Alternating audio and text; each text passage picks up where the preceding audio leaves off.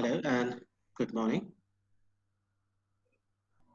It's very good, warm welcome to our today's lecture. Today we are going to discuss, as you can see on the screen, the title is Catford and Translation Shifts. Catford, that's the name, and translation shifts is from the word shifts. I hope you understand what does it mean.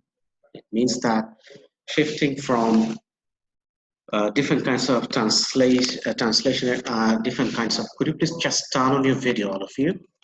I request you to turn on your video. Please turn on your video. That's great. Great. Sir আসসালামু আলাইকুম sir. Sir অসুস্থতার কারণে sir শুয়ে শুয়ে class. No problem. It's okay. It's okay.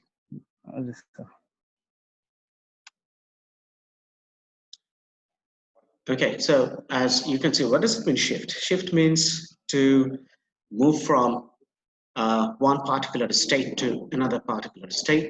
That we call shift, right?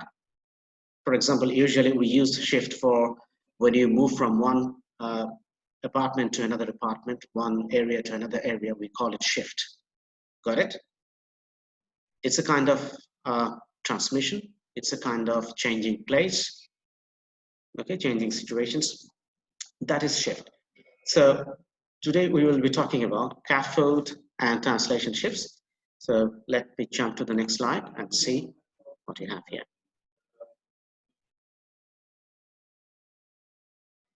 Okay, let me read it. Now here you can see, although Vinay and Davalnet do not use the word shift in discussing translation shift, that it is in effect what they're describing. So actually Vinay and Davalnet, they didn't talk about it directly, about the shift, but actually that is a shift. In effect, that is the shift. That means to translate from one language to another language, and there you have to find the equivalence, and then for example grammatical equivalence you have to find, and you have to find lexical equivalence. So you see, these are the different kinds of shift from one place or one state to another state, one language to another language, or source text to target text. That is the shift. The term itself seems to originate in Catford's, you see, that's the name of an author, and the name of his book is A Linguistic Theory of Translation, which was published in 1965. So where actually he devotes a chapter to the subject, this shift, translation shift. There's a chapter there, and Catford follows the Freudian and Hallidean linguistic model. You see, they are very famous, like Mike and Halliday. They're very famous linguists. So they proposed the linguistic model, and Catford actually he followed that linguistic model to analyze or to describe these translation shifts, which analyzes language as communication, operating functionally in context and on a range of different levels, like phonology, graphology, grammar, lexis, and ranks like sentence, clause, group, word, morpheme, etc. So as you can see that on different levels and in different contexts that language can work. So that is the shift. We are going to find that in what are the places where actually we can have this translation shift, or we can experience this translation shift. As a translator, we must know it. Okay, so you can see that there will be shift in the phonologically, there will be change, graphology, grammatical change, lexical change, and also sentence, clause, group, word, morpheme, all these kind of, you can say the linguistic, you can say components or ingredients that actually we need to consider when we want to think about translation shift. Now here, I can see as far as translation is concerned, Catford makes an important distinction between formal correspondence and textual equivalence, which was later to be developed by Kohler. So you remember that Kohler, he talked about different kinds of correspondence and also equivalence. So these Kohler principles that we are also going to use it here, and Catford actually took help on this. So that we call, you can see the formal correspondence and textual equivalence, which was later to be developed by Kohler. So Kohler, he took this idea from Catford, and then later on he worked on it and he developed this textual equivalence and correspondence, all these things. Now, Here, what Catford suggested, he said that a formal correspondent is any target language category, like, target language means the language variety we are for which the readership we have to consider. For example, for Bangla language, you can see the Bangla speakers. If you translate a text from English to Bengali, so that is the target language. The target language will be Bangla. So that target language category. So a formal correspondent is any target language category like unit, class, element of a structure, etc., which can be said to occupy as nearly as possible the same place in the economy of the target language as the given source language category occupies in the source language. It's very interesting, and it sounds very complicated, but it's not that complicated. If we just break it down, this sentence, and take them bit by bit, then it will be easy for us to understand that what does it mean. Again, here you see the target language category, like unit, class, element of a structure. That means sentence structure, and class means parts of a speech, and also phrase. So all these things together. So you see, which can be said to occupy. That means it will have certain place, okay, as nearly as possible, the same place in the economy of the target language as given source language category occupies in the source language. So these unit, these class, or these elements of a structure, sentence structure, whatever you say, or you see the phonological equivalence, if you want to say, or you can say grammatical or lexical, I mean, in any way. So if you consider it, so the way it will be in the source language or the source text, so it should be, or it should find the equivalence, the same economy. You have to find it, the same place in the economy. So you have to find it, the same thing also in the target language. So the categories that are found in the source text or source language, that should be also there in the target language. So you can see the target language and the source language, you have to put them together, and then you have to find the parallel or the equivalence. Okay, that means it will correspond. The source language categories will correspond to the target language categories, or you can say target language categories should correspond to the source language categories. Otherwise, the translation will be a very difficult work, and you will find it very difficult to understand. Even if it is translated, then you will find that that is not exactly just like the source text. So there's a possibility that if this cannot be maintained, then there can be anomalies between the target text and the source text. That means you may find differences. So there's a possibility if you don't maintain this formal correspondence. Now, a textual equivalent. A textual equivalent is any text language, target language text, or portion of text which is observed on a particular occasion to be the equivalent of a given source language text or portion of text. So textual equivalent is the source text as we can see it there. So you can see, at least you should follow, I mean, as far as it is possible, to keep it close, the source text and the target text. We should keep them very close. That means structure-wise, and here also you can see the text-wise. So that's why it says that the text, the target language text, or portion of target text, that means the target language text means the whole text maybe, or the portion of text, that means some parts of the text, which is observed on a particular occasion. Particular occasion means actually when you translate it there, in different situations might occur. So accordingly, it says that on particular occasion, to be the equivalent of a given source language text or portion of text.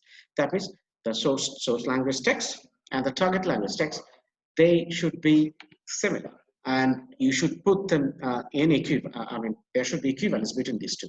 But if they differ a lot, then the reader, they will find it very difficult to understand it. And for example, since all of us actually, we are bilingual, that means we can speak both Bengali, this is our mother tongue obviously, and English. So you can see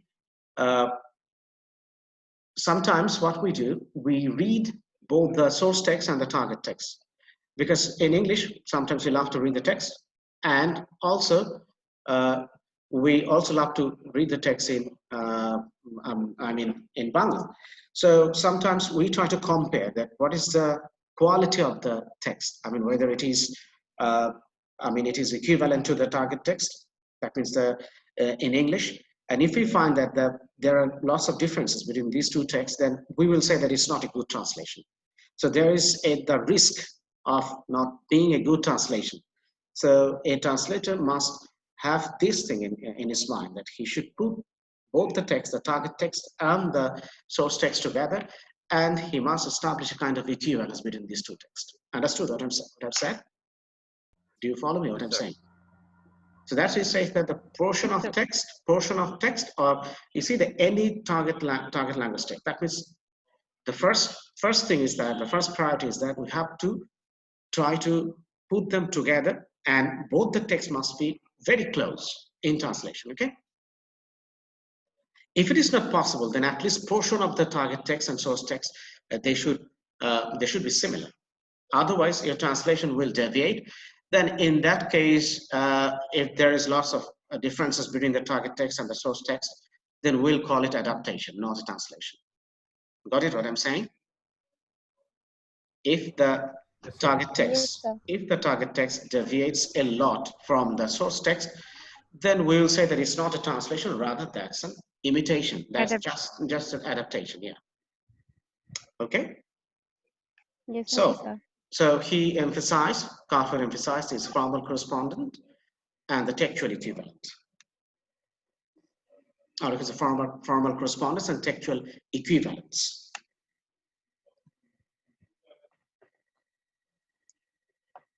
Sorry. Yeah. Now, here, as you can see, in this slide, the textual equivalence is thus tied to a particular source text target text pair. So, as you can see, the textual equivalence is thus tied to a particular source text target text pair, while formal equivalence is a more general system-based concept between a pair of languages. So, when you, if you really try to consider the case of textual equivalence and also the formal equivalence, then you will see that textual equivalence is very particular to source text and target text pair. That means you try to put them, establish some kind of parallelism between these two different texts. It's not that much grammatical. Okay, but on the other hand, formal equivalence is very much grammatical, very much language-based.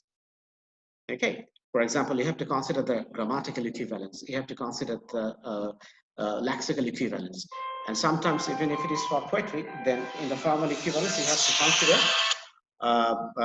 the phonological equivalence also, and rhyme and rhythm. You have to work on them. So these are formal equivalents. Okay, and from the function, we have come to know that these are the functions that we have talked about. We call them static function, or maybe sometimes they have informative function, or maybe they have expressive function. Okay, so that is the function of the language that we have discussed in our last few lectures that we discussed. Okay, so you can see that textual equivalence is text to text, and formal equivalence is that is very much linguistic. Okay, based on the linguistic components like grammar and morpheme, then syntactical equivalence. So all these things we have to consider in the formal equivalence. So actually, in this line, the difference between you can see it's a nuance, the very subtle difference between the textual equivalence and the formal equivalence. It has been mentioned here in this sentence. Now, when the two concepts diverge, a translation shift is deemed to have occurred. This is very interesting. Just take a look at it. Then, when the two concepts diverge, a translation shift is deemed to have occurred. So, if I ask you the question that when this translation shift, or when does this translation shift occur, then what will be the answer?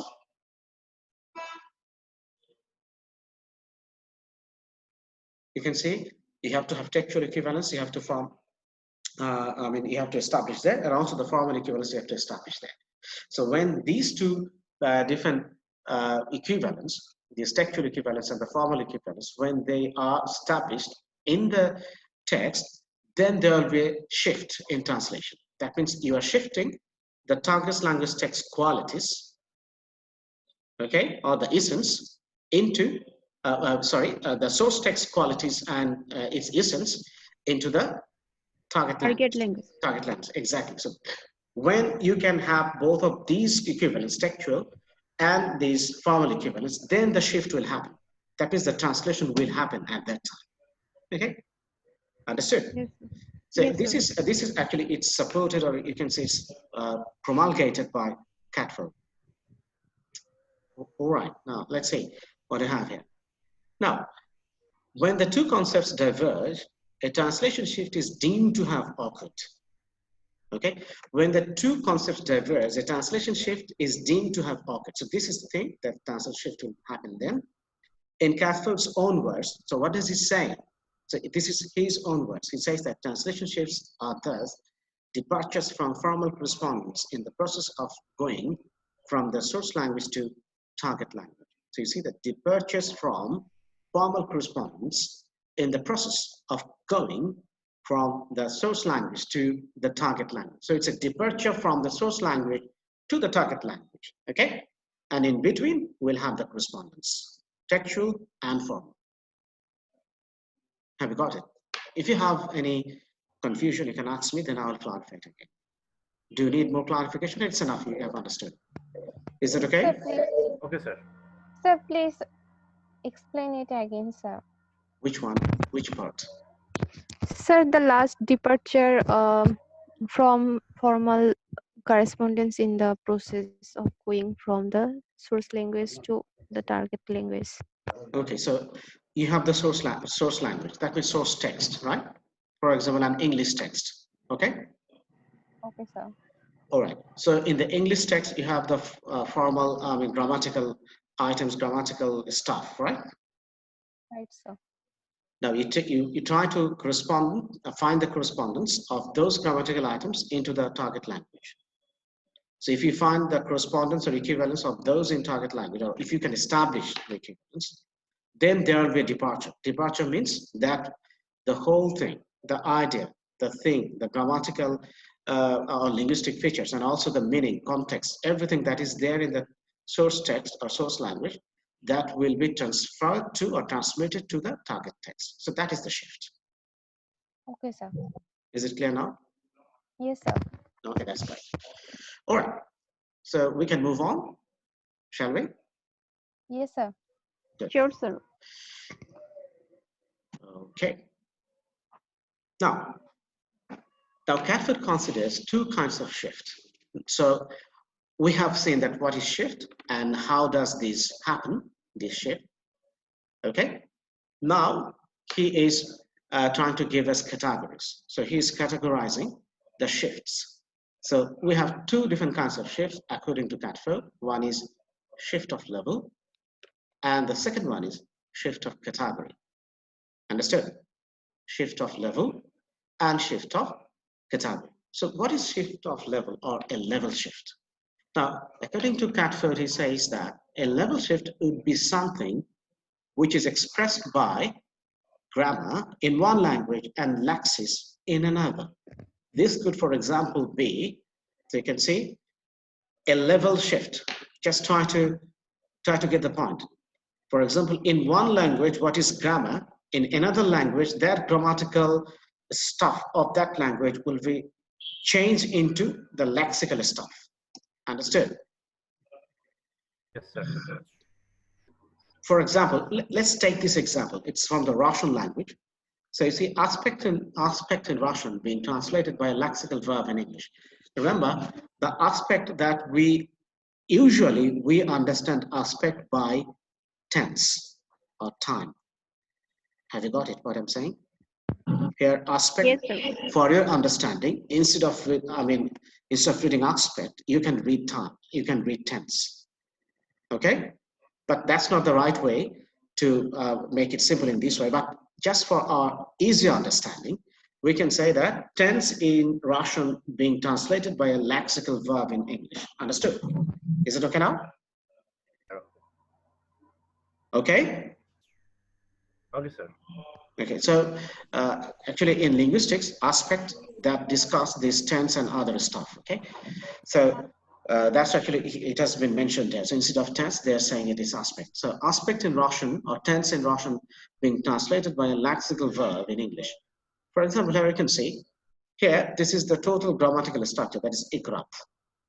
Igrat, that means to play, and sigrat means to finish playing. So you can see when they say igrat and sigrat, you can see the to play or to finish playing. You can see they have changed the time with the help of this ij and si. You can see rat, that is saying, just with the change of ig, because of this prefix, it has become to play, and for si or psi, for sigrat, it has become to finish playing. So that means to finish, and also it's a continuous form. So you can see they have changed it in this way. So being translated by a lexical verb in English. So in English, that is very much lexical. We have the vocabulary for that kind of thing. So you see, we have used to as the part of the infinitive, and then we have the base form of the verb. So that is the structure of the infinitive. So that is lexical kind of way, or you can say that. So their time or their aspect in Russian language, it has been translated in the, by the help of lexical verb in English. So it's different for one that is grammar, for another group that is part of the lexis. Understood? Yes, sir. অনেক ভাষার ক্ষেত্রে হয় কি যে কোনো ভাষায় যেটা এরকম হয়তো দেখা যায় যে ছোট এরকম একটা এক্সপ্রেশন দিয়ে বোঝায়, কিন্তু ইংরেজিতে আসলে তখন সেটা ডিটেলে চলে যায়, তার জন্য স্ট্রাকচারটা আলাদা। কিন্তু আমরা যখন রাশিয়ান ভাষা থেকে কোনো একটা টেক্সট যখন ইংরেজিতে ট্রান্সলেট করব, তখন ট্রান্সলেশনটা এরকম আসবে, মিনিং ঠিক থাকবে, কিন্তু তখন দেখো ইগরাতে মাত্র একটা দুইটা সিলেবল, কিন্তু এটা একটা শব্দ। বুঝতে পারছো কি বলছি? Yes, sir. কিন্তু একটা শব্দের মধ্যে কিন্তু টোটাল তোমার ওই টেন্সের আসপেক্ট বা আসপেক্টটা কিন্তু লুকিয়ে আছে। এটা প্রেজেন্ট টেন্স না to play? He wants to play, টেন্সটা কি? Present, sir. Present definite. দেখো প্রেজেন্ট ইনডেফিনিটের পুরো টেন্সটা মাত্র আইজি দিয়ে ওর মধ্যে দিয়ে দিয়েছে, কিন্তু ইংরেজিতে আসলে ওরকম আইজি দিয়ে ওটাকে বোঝানো সম্ভব? আমরা এরকম প্রিফিক্স দিয়ে কিন্তু ইংরেজিতে টেন্স বোঝাই না, right? Right, sir. Right, sir. হ্যাঁ, আমরা এরকম সেন্টেন্সের পুরো স্ট্রাকচারটা থাকে। হ্যাঁ আসে, যেমন প্লেইং এর ক্ষেত্রে আইএনজি দিলে বুঝতে পারি যে আসপেক্টের দিক থেকে that is continuous. Yes, okay, sir. But তারপর কিন্তু সামনে আমাদের ওই তোমার যে বি ভার্ব গুলো, অক্সিলারি ভার্ব গুলো কিংবা মডেলস, এগুলো কিন্তু আনতে হয়। কিন্তু রাশিয়ান ল্যাঙ্গুয়েজের ক্ষেত্রে দেখো যে টু প্লে এই ইনফিনিটিভ এক্সপ্রেশনটা তারা জাস্ট আইজি দিয়ে প্রকাশ করছে। সিগ্রাটের ক্ষেত্রেও দেখো এভাবে জাস্ট এস আইজি দিয়ে প্রকাশ করছে। Now let's jump to the next example. Now here, this example is quite interesting. I hope that you like it. You see, so that was about tense in Russian language. Now, when you want to translate from French to English, then you have to consider this. That is case. So case is where the French conditional corresponds to a lexical item in English. So in French conditionals, we have cases. So that is expressed in one way, that is conditional corresponds. So French conditional corresponds to a lexical item in English. So in English, we'll express it with the help of different kinds of words, lexical. For example, here say, it's called Thoa touriste or here, ethur. Thoa touriste or here, ethur. It means the literal meaning, it's a French, and in English it means 3 tourists would have been killed. So that is the literal translation, okay? Understood? Yes, Yes, sir. sir. But actually it means that 3 tourists have been reported killed. Meaning to হচ্ছে যে 3 জন tourist মারা গিয়েছে বলে জানা গেছে, বা 3 জন tourist মারা গিয়েছে। So you can say 3 tourists would have been killed. So here you can say would have been, that is conditional, হয়তো মারা যেয়ে থাকবে, কিন্তু অরিজিনাল ইংলিশ ট্রান্সলেশন হবে যে 3 জন টুরিস্ট মারা গেছে এবং সেটা রিপোর্টেড হয়েছে। So in French that is conditional, হয়তো মারা যেয়ে থাকবে, কিন্তু ইংরেজিতে কিন্তু সেখানে আমরা বলছি যে তারা মারা গেছে বলে রিপোর্টেড করা হচ্ছে। So that lexical change, you see. So if you're not aware of this, you can see the syntactical features and the grammatical features of a particular language, especially the source language and also the target language. So you will find it very difficult to translate it, or maybe sometimes that will be a mistranslation or wrong translation, okay? Got it? Yes, Okay, sir. sir. Okay, sir. This is called level shift. Level shift is based on grammar. It's based on grammar. So it's grammar in one language, but laxis in another. So it's grammar in Russian and French language, but in English, we express it with the help of words. Okay? Is it okay? Okay, sir. Fantastic. Good. All right. Now, most of Catford's analysis is given over the category shifts. This is the second type. So first one was level shift, and second one is category shifts. So the category shifts is the, that is the predominant one. That's why actually Catford's, again, is subdivided into 4 kinds. We have seen that in the level shift, we don't have that much, you can say the kinds or the variations, but in the category shifts, we have 4 different kinds as suggested by Catford. Now, the first one, the category shifts, the first one is structural shifts. Structural shifts, okay? Now, these are said by Catford to be the most common form of shift. These are the most common form of shift, and to involve mostly a shift in grammatical structure.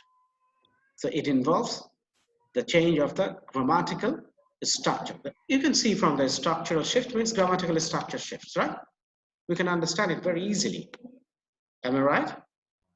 Right, sir. Excellent. So it involves grammatical structure. Now, we have some examples here. I'll explain it to you. For example, you can see I hope you can see the sentence, I like jazz. Have you found it? Yes, sir.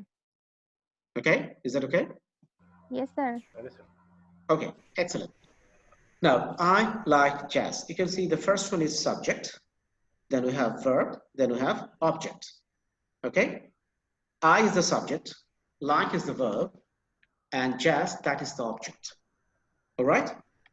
Right, sir. Yes, sir. Let's take a look at the French translation of the same sentence. Here you see, j'aime le jazz. J'aime le jazz. J'aime actually is from je, and aim is from the word aimer. Aimer means to love, and je means I. And le jazz, that is the article, you can say, le means the jazz. So I like the jazz. In English, we say I like jazz. But here you see, in English and French are translated by an indirect object pronoun. That is, when it's, in English, that is the thing, and in French language, it's translated by an indirect object pronoun plus verb plus subject noun structure. So you can see there are a little bit of different. Je aime le jazz. So you can see the I like jazz, but here we can see some kind of semblance between these two structures. That is okay. But when it comes to Spanish, you can see the structure in Spanish, me gusta el jazz. So you see, they are changing. In English, that is very much personal pronoun, but you see, je, that is also pronoun in French language.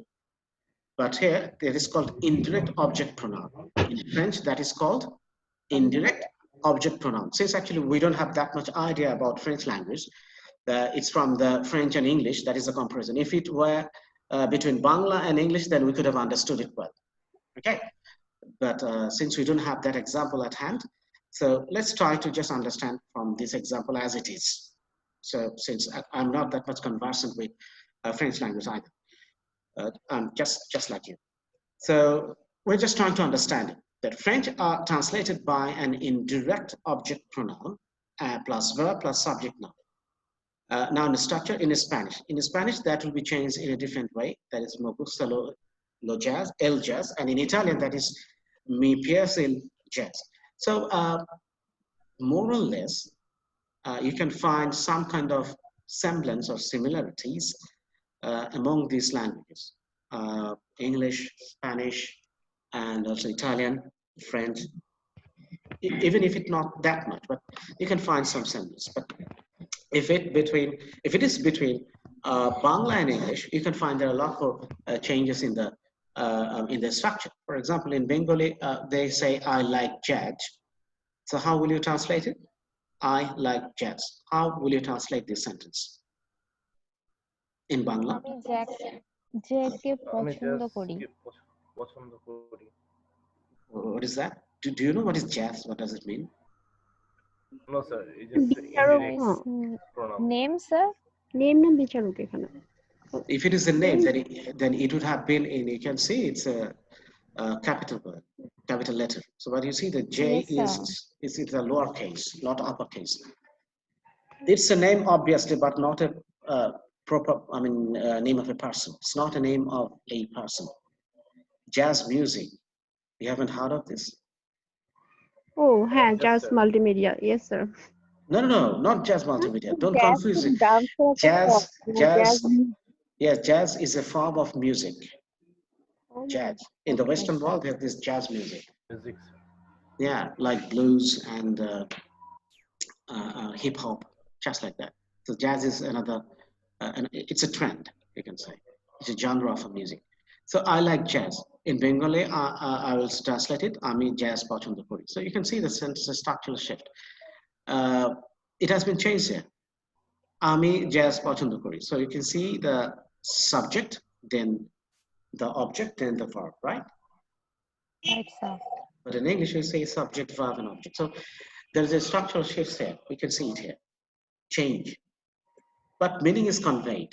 Meaning, it has been conveyed. Now we have class shifts.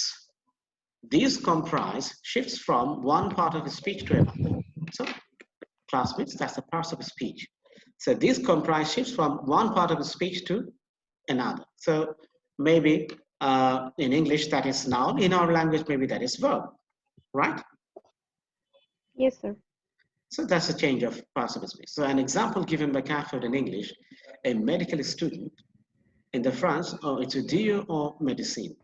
So you can see, just look at this, a medical student. Here, étudier or médecine.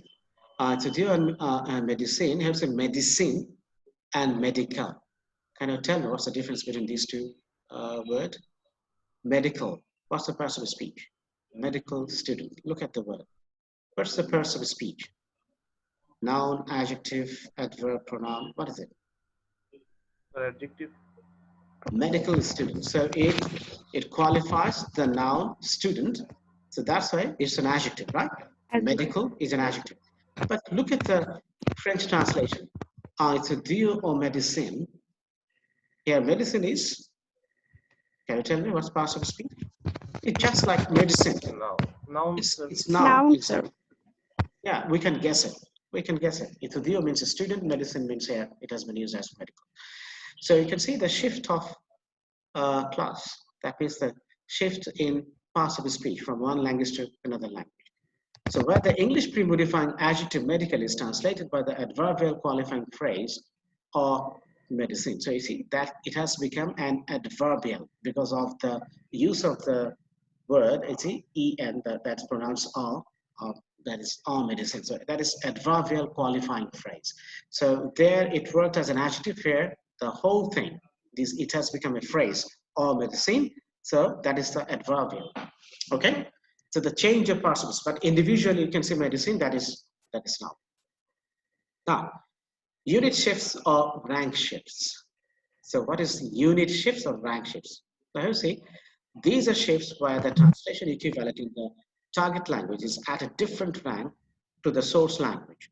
So you see that these are shifts where the translation equivalent in the target language. So translation equivalent in the target language, that means, for example, in our case, that is Bangla, that is our target language because we are translating from English to Bangla. So target language is Bangla. So it says that where the translation equivalent is equivalent in the target language is at a different rank to the source language. So it is in source language that is different, but in the target language, we are not translating it, as we have it in the source language. Rank here refers to the hierarchical linguistic units of sentence, like class, group, word, morpheme. A clause. You see, the clause is you can see the longest units of sentence. So first of all, it's clause. Then we have group. You can say phrases. Okay, group of words. That is phrase. Those are phrases. Then we have word, and then we can break down the word into morpheme. Understood? The hierarchical linguistic units, first is sentence, then we have clause, then we have phrase. Then phrase is bigger than word, and word is bigger than morpheme. Morpheme is the smallest unit here. Okay? Understood? Yes, sir. Yes, sir. Right. So there will be the shift in that case. Now here we have intra-system shifts. Now it says that these are shifts that take place when the source language and target language possess approximately corresponding systems, but where the translation involves selection of a non-corresponding term in the target language system. You see that these are the shifts that take place when the source language and target language possesses approximately corresponding systems. So both of the language, they're very close. For example, Hindi and Urdu, I mean, especially the spoken one. You can see they're very close, right? Hindi and Urdu. Approximately corresponding systems. They're very close, grammatically and vocabulary-wise also. But where the translation involves selection of a non-corresponding term in the target language system. But in the target language system, you can see that where actually you're trying to translate it from, for example, from Urdu to Hindi, there are some parts, some sections, some portions where Urdu and Hindi, they don't correspond.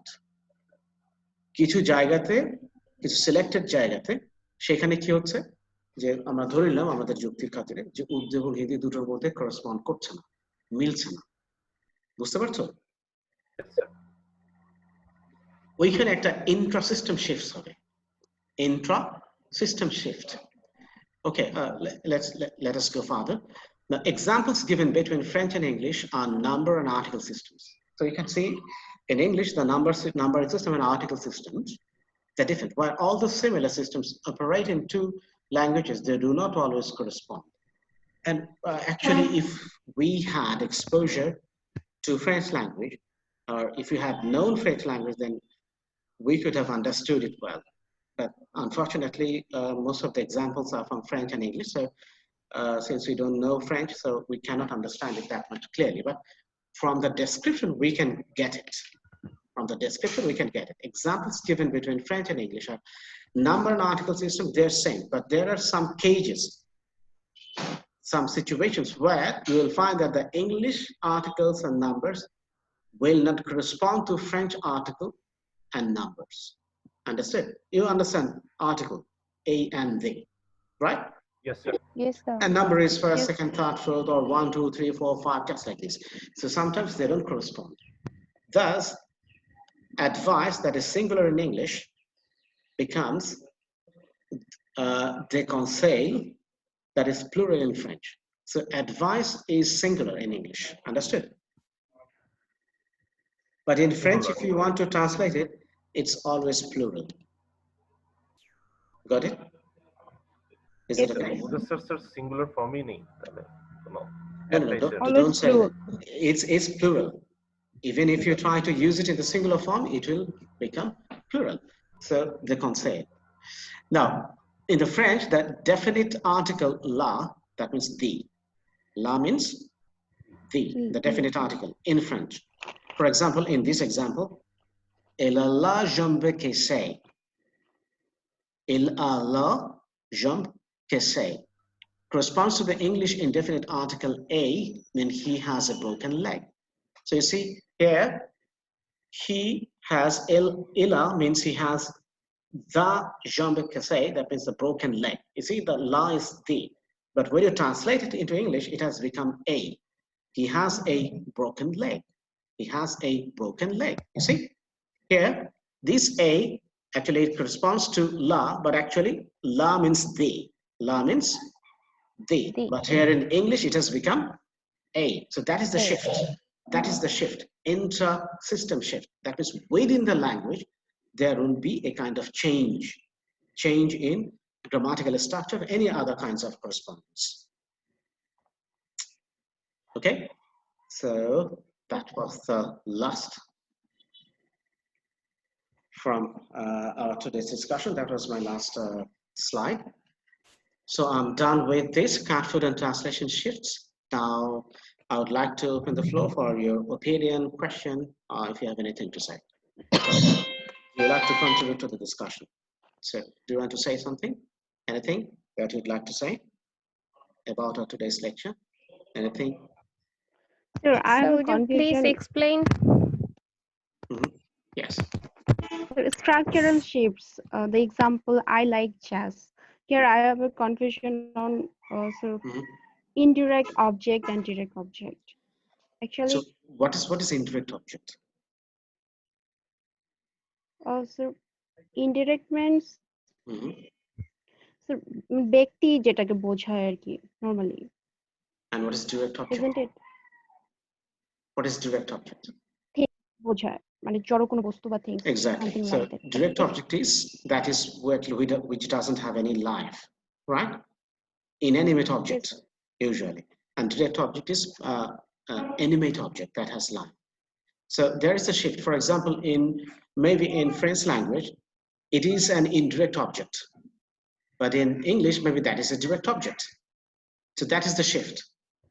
Meaning will remain same, but grammatically that will be defined in a different. So what is indirect object for French people, that is direct object for English people or English speakers. English people. Understood? So there lies the shift. There lies the change from one kinds of, you can say that from one class to another class. That is the shift of, you can say, that is the shift of parts of speech. Okay, change of parts of speech that we have seen in the class shift. Okay. okay sir. All right. Anything else? Sir, would you please explain the class shift again? Class shift is the shift of parts of speech. What is noun in French, that will be adverb in English. Understood? The shift of class. Class means parts of speech. For example, there are different kinds of parts of speech. So for one language, which is noun, maybe for English, that is adjective. Or for another language, that is adjective, in English, that is noun. So that is the shift of parts of speech, or you can say class. Class. Okay, sir. All right. Anything else? No, sir. Okay. In that case, I'd like to conclude our today's discussion. So thank you very much for your participation and hope to see you in the next lecture, inshallah. All right? Thank you Okay, sir. sir. Thank And you. take care of yourself. Bye. Thank you, sir. Assalamu alaikum. Wa alaikum assalam wa rahmatullah.